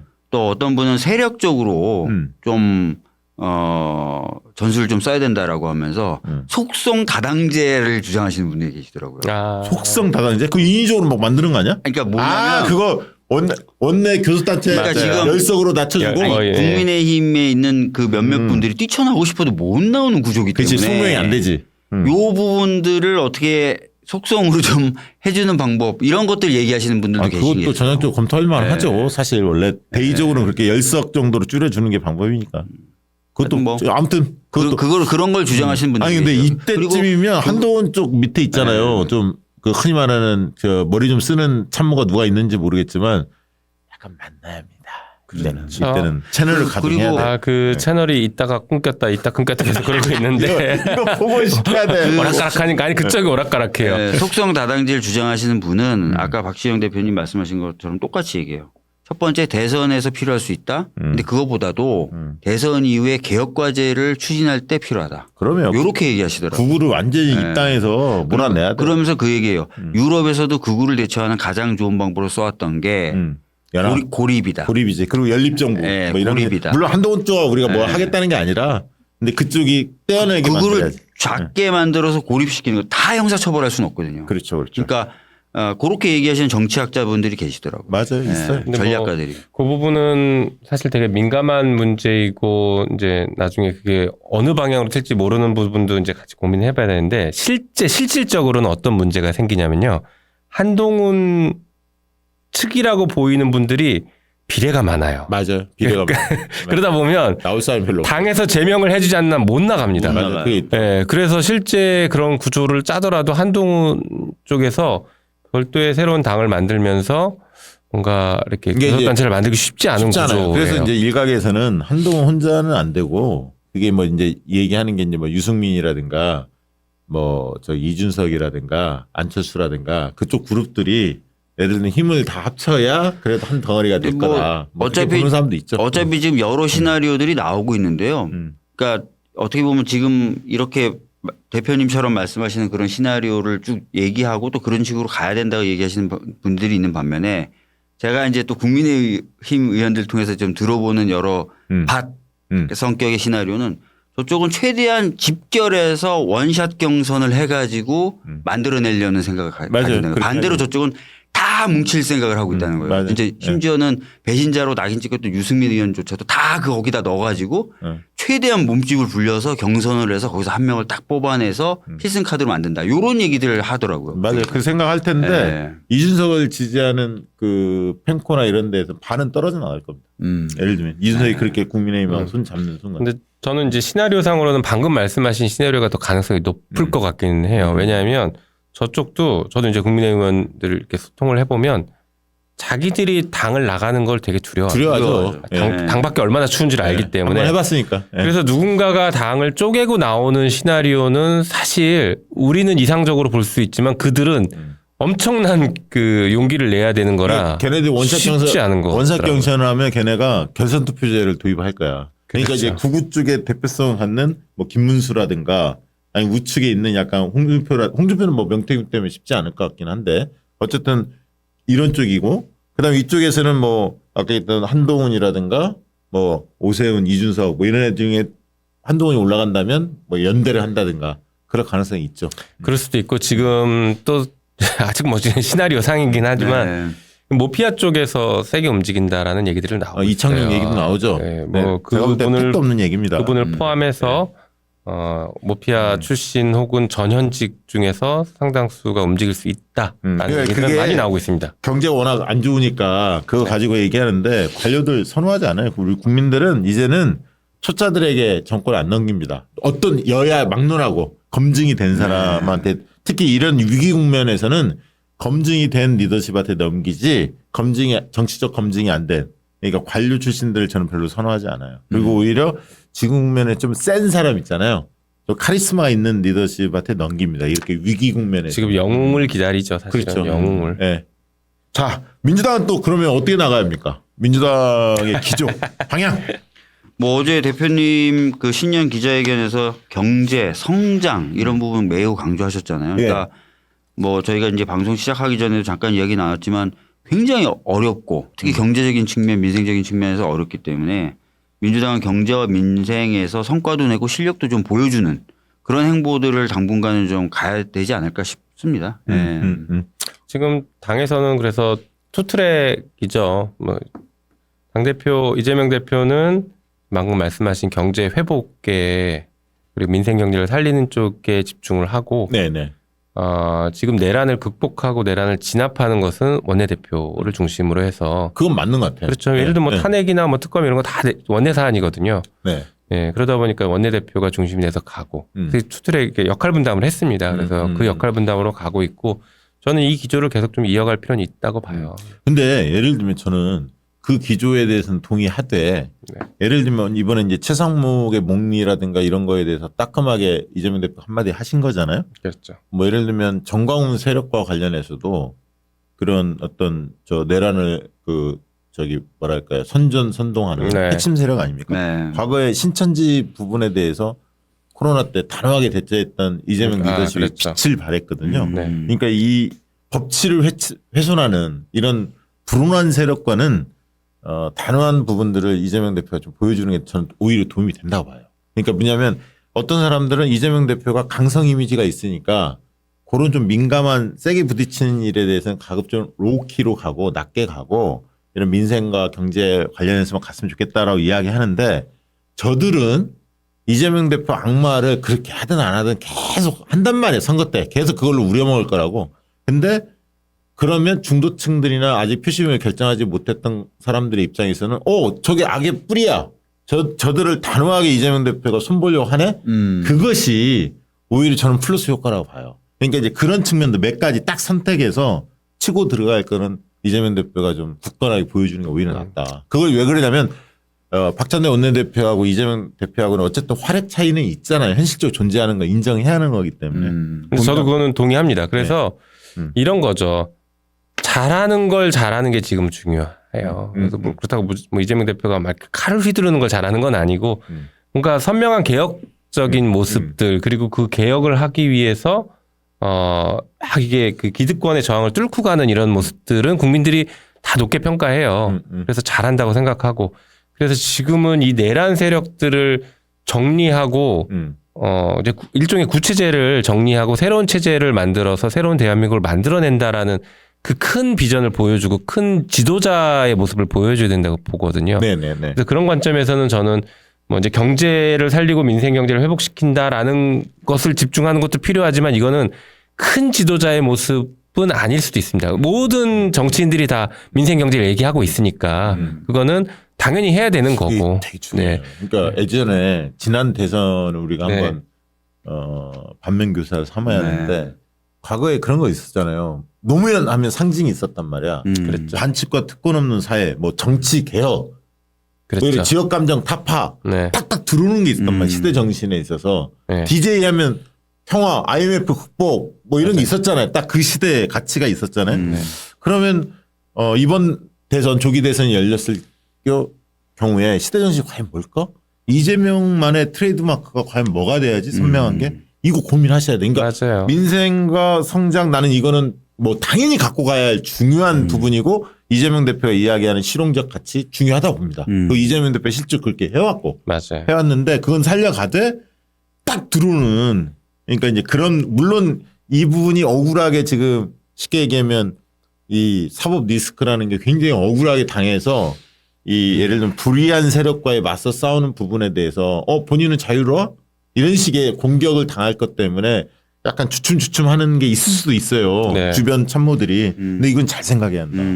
그러니까 누가 봐도 저거는 저 세력은 뿌리 뽑아야 돼. 아까 극우 세력도. 극우 세력과의 타협 없는 모습들을 강하게 보이는 게 오히려 낫다. 저는 개인적으로 그렇게 생각하고 있어요. 그것도 한번 고민해 보셨으면 좋겠고. 다 중요한 것 같아요. 다 중요한 것 같고. 그러니까 내란이 극복돼야 사실 경제적인 안정도 있는 거거든요. 그렇죠. 그러니까 다 중요한 것 같습니다. 예. 자, 그 이재명 대표 재판 때문에 항소심 첫 공판이 열렸는데 어쨌든 속도를 내겠다 이렇게 나온 거잖아요. 2월 말까지는 뭐 심리나 이런 건 다 끝내고. 그렇죠. 뭐 그러면 뭐 빠르면 뭐 3월 말 늦으면 3월 중순 정도 얘기 나오는 것 같더라고요. 뭐 그렇게 예상이 되는데 이제 그 걱정하는 분들이 상당히 많습니다. 개인적으로 어떻게 평가하십니까? 그래서 저도 이제 뭐 변호인들한테 이제 간접적으로 들은 것으로는 뭐 재판 분위기는 나쁘지 않다 이렇게 일단 평가는 하고 있고요. 그리고 워낙 법리적으로 1심 판결에 문제가 많았기 때문에 뭐 증거 관계도 그렇고 마찬가지로 여러 가지 문제들이 너무 많았기 때문에 좋은 결과를 이끌어낼 수 있다라는 자신감들은 있으시더라고요, 변호인들이. 그래서 그건 좀 더 지켜봐야 되는 문제이고요. 그다음에 법원이 사실 속도를 좀 많이 내고 있어요. 그게 이제 두 가지 측면이 다 있죠. 원래 처음에 속도를 냈던 것은 그 이제 법원 내에서는 사실은 그 워낙 그 보수적인 집단이다 보니까 이재명 대표에 대한 법원의 그 불완전한 시각들이 존재했던 것도 사실이거든요. 그런데 요번에 내란과 그다음에 서부지방법원 폭동 사태를 보면서 법원 판사들이 지금 생각이 좀 바뀌는 기류가 좀 있는 것 같아요. 야, 우리가 믿었다고 보수적이라고 생각했던 사람들이 법원을 들어와서 다 때려부시고 있더라. 그리고 그 정점에는 윤석열이 있는 것 같더라. 이 생각에 야, 이거 진짜 큰일이네. 오히려 지금 재판을 열심히 받으러 다니고 법원이 뭐 하자 그러면 다 협조하고 있는 그렇게 하고 있잖아. 이재명 대표의 태도가 더 돋보이네. 이런 분위기들이 지금 만들어지고 있는 거는 같아요. 이런 것들이 조금 더 그런 여론들이 좀 확산되고 판사들도 뭐 보고 듣는 게 다 있으니까 동료 판사들한테 그래서 이제 그런 흐름들이 좀 만들어지면 적어도 악마화 작업이 좀 거치고 나면 사건을 그냥 있는 사건대로만 그대로, 보게 그냥 되는 있는 거죠. 그대로 그러니까 봅니다. 그것만 해달라. 사실은 그거예요. 그렇죠. 편견 없이 이 사건만 봐달라. 그러면 이거 무죄 쓸 수밖에 없는 사건이기 때문에 그렇게 보고 지난번에 뭐 1심 판결 공직선거법 위반 예. 1심 판결문 이후에 저도 판결문도 보고 여러 자료 보면서 다 검토했고 여러 프로에 나서 인터뷰도 했지만 진짜 저는 1심 판결 잘 이해가 안 가더라고요. 이해가 잘 안 가고 그래서 이 1심 판결은 저는 그때도 그랬지만 항소심에서 충분히 바뀔 수 있는 거다. 진짜 편견만 없이 공정한 눈으로만 봐주면 좋을 것 같다. 이런 말씀 드리겠습니다. 그리고 그 일각에서 나오고 있는 위헌 법률 제청인가요? 위헌법률심판 제청. 심판 제청. 네. 그 의견서는 냈는데 정식적으로 신청하는 거는 이제 변호인들이 고민하겠다. 뭐 이 정도까지 나온 것 같다. 근데 이거를 이제 바라보는 시각이 두 가지가 있긴 있는 것 같아요. 그게 할 수 있는 거를 다 해봐야지라는 측면도 있고 한쪽에서는 재판을 연기하는 모습으로 비춰지지 않을까? 뭐 이런 우려도 있는 것 같아요. 개인적으로 어떻게 생각하십니까? 일단 팩트를 먼저 정리를 하면 네. 아직 의견서도 내지 않았답니다. 아, 그러니까 의견서를 냈다는 의미가 예. 변호인 의견서에 사건을 다투는 변호인 의견서를 내면서 네. 제일 마지막에 예. 우리 위헌법률 심판 제청도 뭐 검토를 좀 해보겠습니다라는 정도 한 줄이 들어가 있나 봐요. 그러니까 이게 법률 자체도 좀 문제가 있지 않냐 이런 어필을 한 거였어요. 근데 이제 그게 갑자기 뭐 하겠다라고 의견서를 낸 걸로 비춰져 버렸고 결과적으로 변호인들이 지금 검토하는 것까지는 맞는 것 같아요. 네, 네. 저는 위헌법률 심판 제청을 사실은 1심 때 하자고 했었습니다.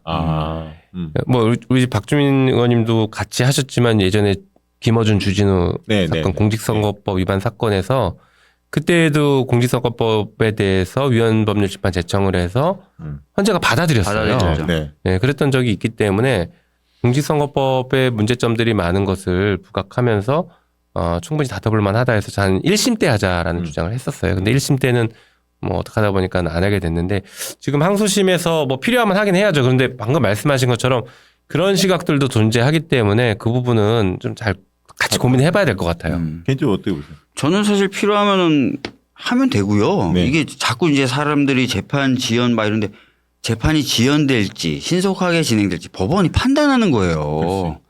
그러니까 사법부에 이미 성실히 재판을 받고 있는 사람한테 자신의 방어권을 위해서 뭐든지 쓸 수 있게 해주고 법원이 적절히 판단하면 되는 거거든요.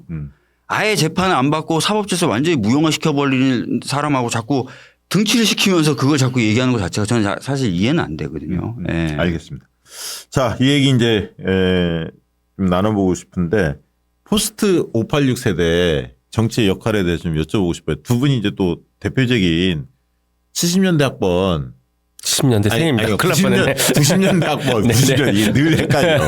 70년 되면 저는 환갑이 넘었겠네. 대학을 90년대 우리 박주민 의원이 전 93학번. 우리 네, 저는 96학번. 96학번. 그러니까 90년대 학번들인데 이 세대가 어떻게 보면 민주당의 핵심 지지층이잖아요. 사실 그 동년배들이 가장 맞아요. 열정적으로 가장 민주당을 지지하는데 지지하죠. 왜 그 세대가 이렇게 민주당을 지지한다고 보십니까? 제가 먼저 말씀드리면 세대의 정치적 성향은 제가 어떤 책에서 봤는데 이게 젊다라고 해서 반드시 진보적인 성향을 띠는 건 아니다. 그 세대가 어떤 경험을 공유했느냐가 되게 중요하다라고 코트 효과라고 평가를 네. 하는데 결국에 지금 저희 세대는 가장 그 민주화의 그 뭐라 그럴까 열매를 가장 잘 받으면서 자란 세대이면서 되게 자유롭게 살았던 세대이거든요. 그리고 네. 또 노무현 대통령이 대선 후보로 되는 극적인 순간을 경험했고, 젊은 시절에. 예, 그것에 뭐 직간접적으로 같이 또 참여도 참여했고, 하고. 그 다음에 노무현 대통령을 너무 안타깝게 잃었던 경험도 있고, 박근혜 촛불 혁명을 통했던 것도 있고, 이런 세대의 그 경험이 응축되고 이게 공유가 잘 돼 있는 것 같아요. 그러다 보니까 네, 소위 아무래도 때 그 광풍, 맞아요. 광우병 그것도 있었고.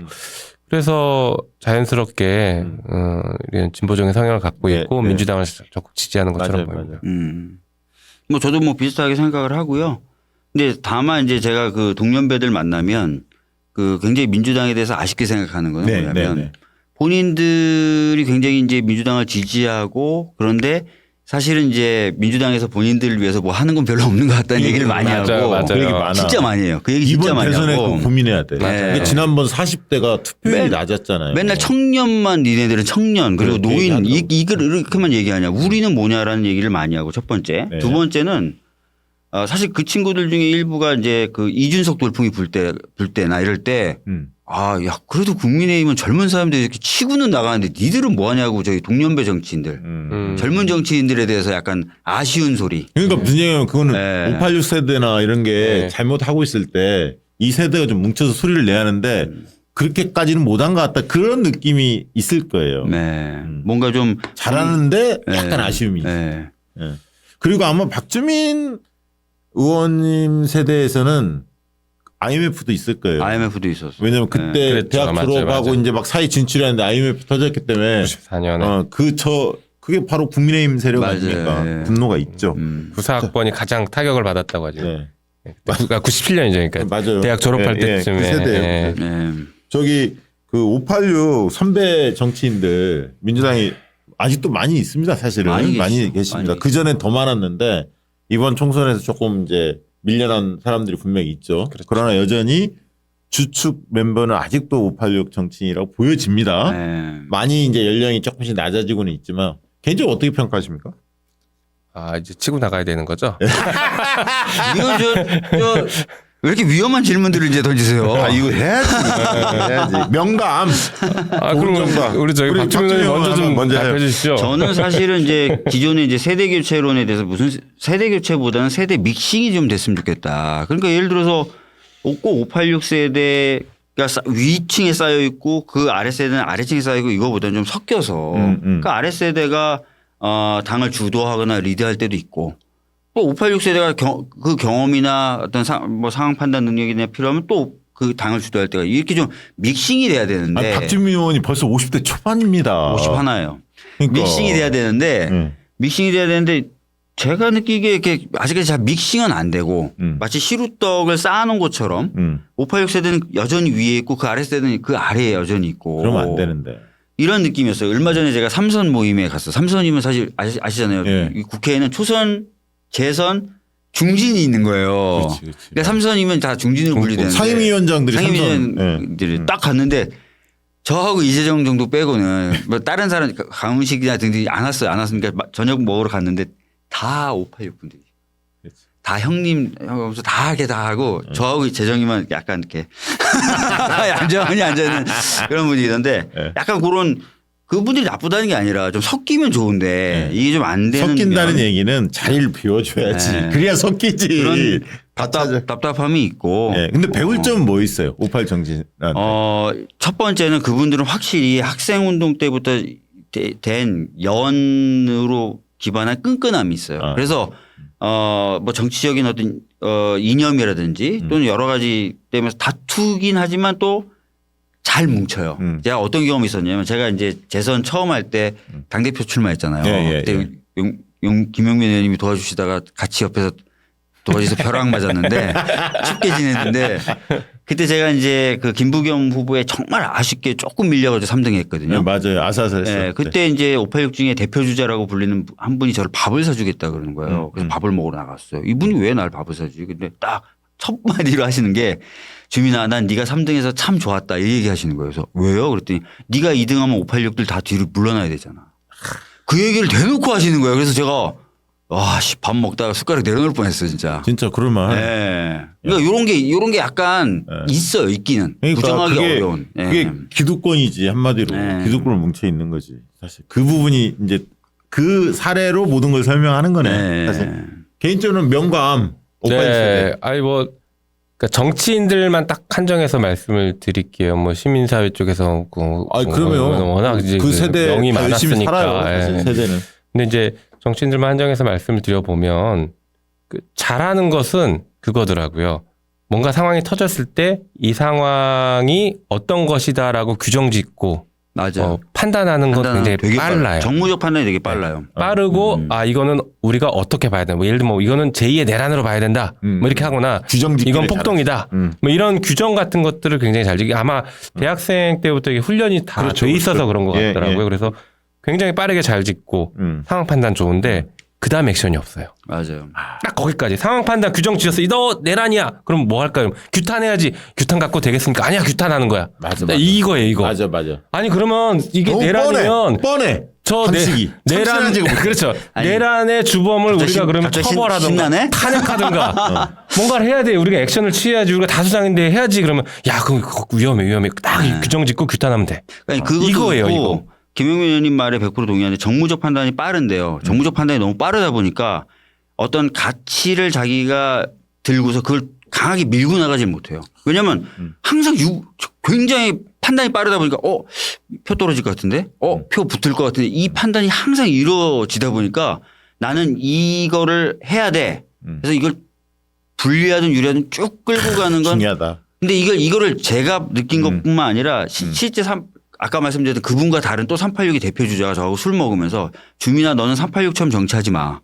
왜요? 386들은 정무적 판단이 빨라. 그러다 보니까 우리가 어떤 가치를 갖고 뚫기보다는 상황에 따라서 바뀌는 거에 능해져 버렸어. 그래서 이런 얘기를 하시더라고요. 그래서 네. 과거 운동권 출신의 그 386 지금 이제 586도 넘어서 이제 막 그렇죠. 뭐 어떻게 표현해 686으로 해나 이 세대 중에 선굵은 정치인이 안 나온 거야. 이게 되게 중요한 포인트야. 아주 중요하죠. 수많은 맞아요. 그 586 정치인들이 많았지만 선굵은 사람이 대선 후보감으로 딱 나오질 않아서 이재명 대표는 학생운동 한 사람이 아니니까 나이만 그럴 뿐이지 다르고요.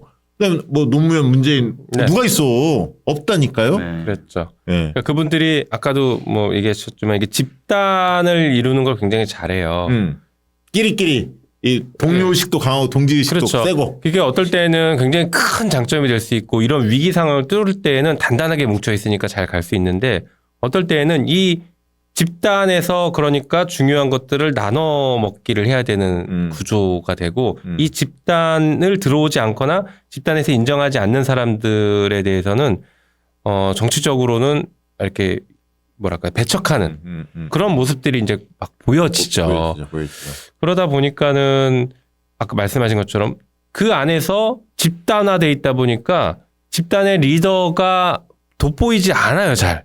그냥 그 집단이 중요한 거. 이분들도 그 집단이 그렇지. 중요한 거지. 그렇지. 거기서 누가 또 튀어나가서 막 이렇게 치고 나가는 것도 좋아하지 않는 것 같더라고요. 서로 견제. 예. 원래 그렇죠. 그러다 보니까는 네. 진짜 이 여기를 이끄는 어떤 지도자가 나오지를 못하고 있는 게 그 큰 맞아요. 한계인 것 같아요. 정청래 의원은 이제 거기 끼지도 못하고 외톨이로 따로 있고 왕따 비슷하게. 이게 무슨 얘기냐면 약간 현장과 괴리돼 있다는 생각을 저는 늘 많이 했어요. 그러니까 현장에 착근을 해야 하거든. 어떤 일이 네. 벌어지면 그 현장에 가서 생생한 이야기를 들어보고 실사구시적인 방법론을 내야 하는데 그런 게 좀 없어. 네. 원칙적인 입장만 있을 뿐이야.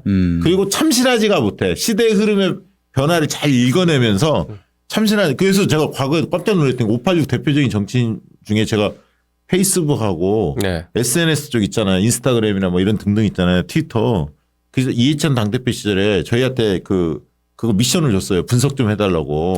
용역을 맡겨서. 네. 분석을 했어. 음. 거의 맨 꼴등 중에 한 분이 대표적인 386 정치인이었어요. 페이스북도 안 하고 인스타그램 같은 거 안 해. 네. 맨날 하는 거야.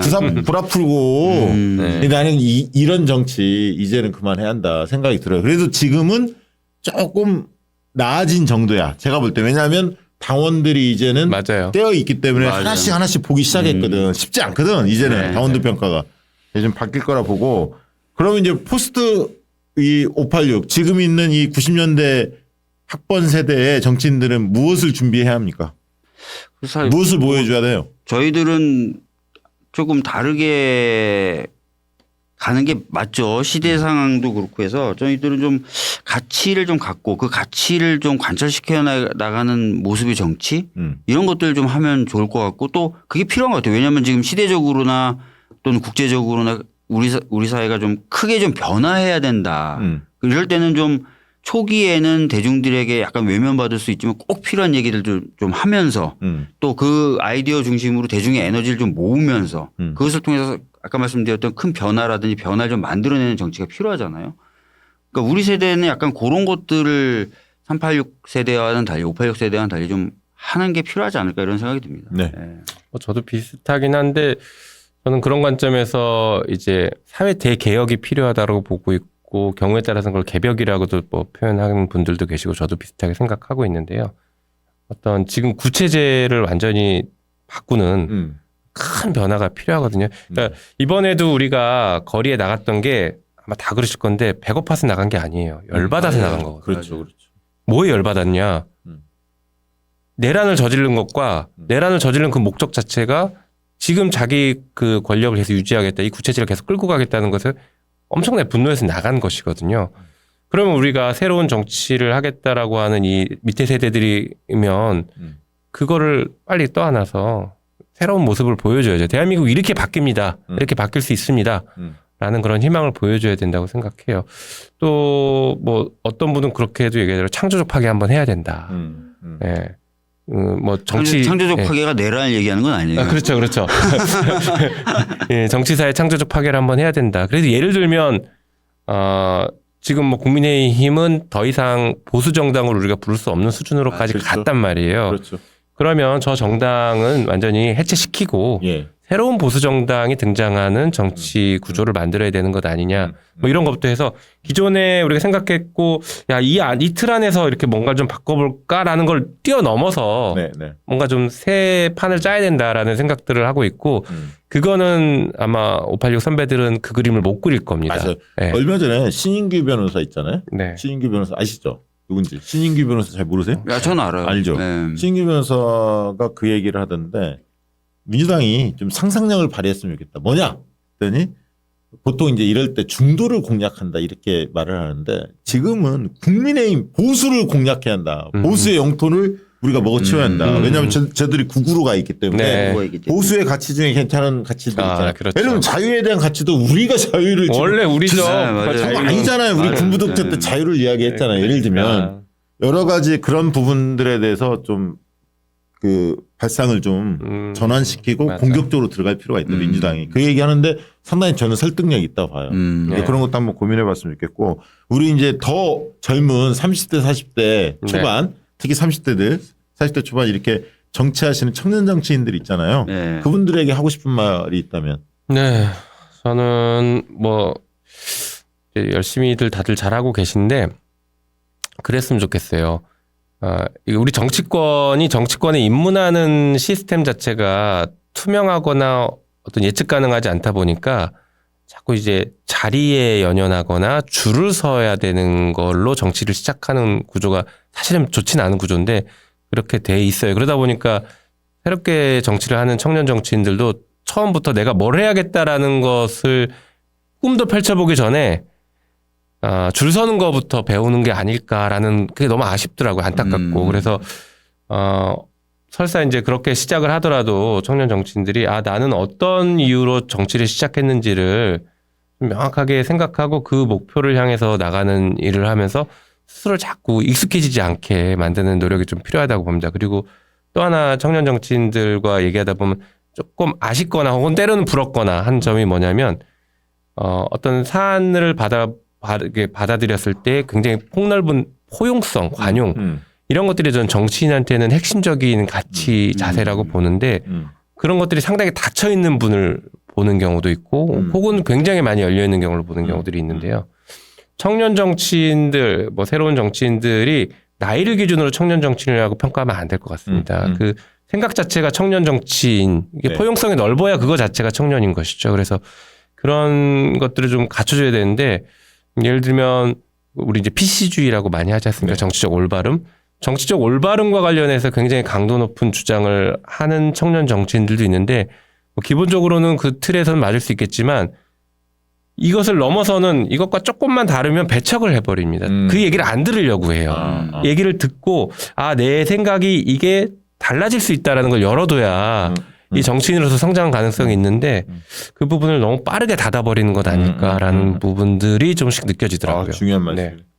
뭐 어떤 말씀 해주고 싶습니까? 그러니까 감각도 뛰어나고 바라보는 시선도 신선한 후배 정치인들이 있는데 아까 김용민 의원님이 말씀하신 것처럼 약간 걱정되는 건 일부 청년 정치인들이 마치 386 정치인들 좀 줄서기에 빨리 익숙해져 버린 경우들이 있더라고요. 있어요. 굉장히 네. 일부가. 있어. 예. 그래서 가끔 보면은 나이에 비해서는 청년 같지 않고 386 선배를 그대로 보는 듯한 느낌을 주는 후배들이 있어요. 있어요. 그래서 그런 후배들 같은 게 좀 아쉽죠. 예. 뭐 좀 치고 받기도 하고 아까 말씀드렸던 대로 저는 좀 가치지향의 정치를 했으면 좋겠다는 입장을 갖고 있기 때문에 예. 본인의 가치가 뭔지 해가지고 그걸 뚫고 나가보려고 시도도 좀 하고 해야 되는데 딱 보고 선배들이 싫어할 것 같으면 안 해요.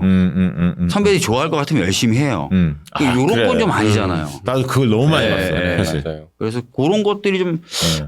그런 것들에 대한 좀 그게 있어서 용기를 좀 북돋아 주고 싶어요. 저는 막 후배들 만나면 뭐 주로 하는 얘기가 좀 이런 표현 써도 되죠. 방송 용어는 아니지만 써도 되겠다. 개겨라라든지 또는 그건 뭐 일상적으로 쓰는 말이잖아요. 뭐 개겨라. 좀 치고 나가봐라라든지 아, 그럼. 뭐 이런 얘기들을 많이 좀 해주고 그러니까 있어요. 저는 어떤 거냐면 저도 비슷한 생각인데 이 지금 30대들 정치인들 40대 초반 이런 정치인들 보면은 온순한 양이 생각나고 네. 네. 그러니까 선배 정치인한테 잘 보이면 출세 가도를 달리는 느낌인 거야. 어떤 정치인들한테 잘 보이려고 하고 자리 받으려고 하고 여기 너무 익숙해. 네. 네. 그러니까 선배 세대한테 아니면 아니다라고 개개하는데 그걸 못해. 특히 저는 그거 하나 하고 두 번째는 같은 세대에 지지받는 정치인이 돼야 돼요. 네, 맞아요. 그리고 청년 세대면 청년들한테 지지받는 정치인이 돼야 오래 살아남아. 네. 그러니까 두 분은 그 90년대 학번생들한테 지지를 받잖아요. 어떻게 보면 그 사람들의 정치적 지향을 갖고 가잖아. 개인의 소신도 있지만 사실은 그래야 힘이 붙는 거거든. 그러면 왜 우리가 청년 세대의 폭넓은 지지를 못 받고 있지? 거기서부터 출발해야 돼. 그러면서 이 공감 능력을 키우면서 그들을 설득도 그렇죠. 하면서 그러면서 리더십 우뚝 쓰거든. 근데 그런 노력을 소홀히 하면서 이 세대가 우리 민주당을 조금 싫어해. 특히 남성들은 여성들은 좋아하지만 이러면서 선배들 세대만 자꾸 쳐다보면 안 되거든. 네. 근데 그거를 좀 고쳤으면 좋겠다. 이런 생각이 들고요. 끝으로 우리 이제 빛의 혁명 세대가 진짜 떠오릅니다. 이 세대들에게 설 맞이해서 네. 한마디 해주신다면. 우리 박주민 의원님 먼저. 예, 하여튼 뭐 최근에 집회 현장이라든지 아니면 무슨 여러 가지 행사장이나 이런 데서 마주치는 분들이 굉장히 많아요. 근데 그분들 보면은 자기는 정치 관련된 기사를 한 번도 본 적도 없다. 그러다가 최근에는 밤잠을 안 자면서 뉴스를 검색하고 보고 뭐 찾아다니면서 사람들 만나고 이렇게 한다라고 얘기하는데 저는 그런 에너지가 결국 우리 사회를 아까 김영민 의원님이 말씀하신 대로 완전히 판을 바꿀 수 있는 에너지가 될 수도 있다라는 말씀 드리겠고요. 첫 번째. 그래서 너무 감사하다라는 말씀 드리겠고 그분들 실망시켜드리지 않고 진짜 그분들의 에너지가 정말 좋게 잘 어떻게 보면 우리나라를 바꾸는데 도움이 될 수 있도록 정치인으로서 열심히 하겠다는 다짐의 말씀도 좀 드리겠습니다. 네. 네. 일단 새해 복 많이 받으시고요. 네. 새해 복 많이 받으세요. 네. 설날이야, 설날. 저도 이제 그 집회 현장, 촛불 집회 현장, 뭐 윤석열 퇴진 집회 현장을 좀 많이 나갔었잖아요. 네. 나가면 이제 그 집회 현장에 나오신 분들이 많이 알아봐 주시고 환호도 많이 해주셨는데 어느 순간 이 청년들이 빛의 혁명을 하신 이 청년들이 나오니까 진짜 못 알아보시더라고요. 못 알아봐요. 예. 맞아요. 예. 예. 얘기를 해도 잘 모르더라고요. 몰라요. 예. 정치인 잘 몰라요. 네. 굉장히 낯설다, 낯선 분이. 근데 엄청난 에너지가 딱 모여가지고 거리에서 문제 제기를 하고 있는 게 낯설면서 참 신기하고 재밌더라고요. 근데 하여튼 그분들의 에너지로 우리가 여기까지 기적적으로 왔거든요. 네네. 우리 어떤 선배 정치인들은 막 탄핵할 때 왜 그 국민의힘 설득해서 200석 만들어 놓은 상태에서 탄핵안 발의하지 왜 탄핵안부터 발의하니 이렇게 얘기하시는 분들도 있었어요. 지금 죽느냐 사느냐에 지금 기로에 서 있는데 어떻게 200석을 확보한 때까지 기다리고 있습니까? 탄핵안 발의하고 확보를 해야죠. 아무튼 그렇게 흘러와서 기적적으로 여기까지 왔습니다. 그래서 너무 감사드려요. 그리고 이제 마지막으로 당부드리고 싶은 거는 뭐 이제 우리 빛의 혁명 세대를 넘어서서 지금 이 시국을 바라보는 분들한테 당부드리고 싶은 건데요. 윤석열이 계엄, 내란을 한 이유를 민주당 국회에 열받아서라고 자꾸 가져가거든요. 여기에 빠져들면 절대 안 됩니다. 윤석열이 내란을 저지른 이유는 장기 집권이에요. 이게 너무나 명확한 것이고 너무 나쁜 짓을 한 것인데 장기 집권과 독재를 하겠다라는 이 야욕을 대놓고 드러낸 건데 헌법재판소에서도 이 얘기는 한마디도 안 하고 계속 경고성이었다 뭐 그 계몽이라고 그러잖아요. 별별 진짜 별 얘기를 다 해요. 수방사 벙커에서 만날 분들이에요. 그럴 뻔했죠. 네. 그래서 그 윤석열이 저쪽으로 얘기하는 것에 우리가 자꾸 빠져들고 그 프레임을 들어갈 필요 없이 아예 우리는 지금 계속 공개적으로 외쳐야 됩니다. 너는 장기 집권 그다음에 독재를 하려고 했다. 실제로 72년 박정희 때 계엄 선포했던 게 거의 비슷했고 전두환 때도 비슷했고 얼마 전에 기사에 하나 나왔어요. 그때 72년 비상계엄 선포했을 때 김대중 대통령이 일본에 망명가했었는데 그때 쓴 일기가 공개됐는데 상황이 지금 똑같습니다. 국회를 해산시키고 새로운 입법기구를 만들어서 새로운 어떤 개헌을 하려고 했다. 이게 다 그대로 나와요. 똑같습니다. 그래서 장기 집권이 목표였다라는 것을 우리가 명확하게 인식하고 계속 이 얘기를 해야 된다. 이 당부를 좀 드리고 싶습니다. 네. 아유, 오늘 바쁜 두 분 모시고 제가 좋아하는 분들인데요. 자, 설날 특집 걱정은 방송. 저희가 사전에 네. 날짜에 대해서 주의를 받았는데 네. 다 망가진 것 같아요. 방송을 보시면 이거 언제 녹화한 거지? 이거는 이제 지난주 금요일 날 낮에 녹화를 했고요. 설날 특집 방송으로 녹화를 했습니다.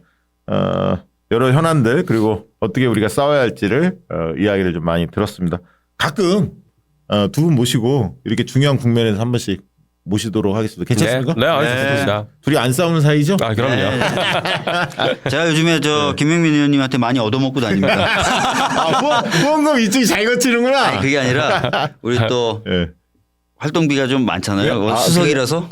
수석 무시 못하죠. 네. 그런 거 맞습니까? 자, 저 박시영 TV도 열심히 달려가겠습니다. 구독, 좋아요 안 하신 분들은 구독, 좋아요 해주시면 더 고맙겠고요. 예, 다음에 또 뵙도록 하겠습니다. 고맙습니다. 감사합니다. 양질의 상품을 착한 가격에 박시영TV.com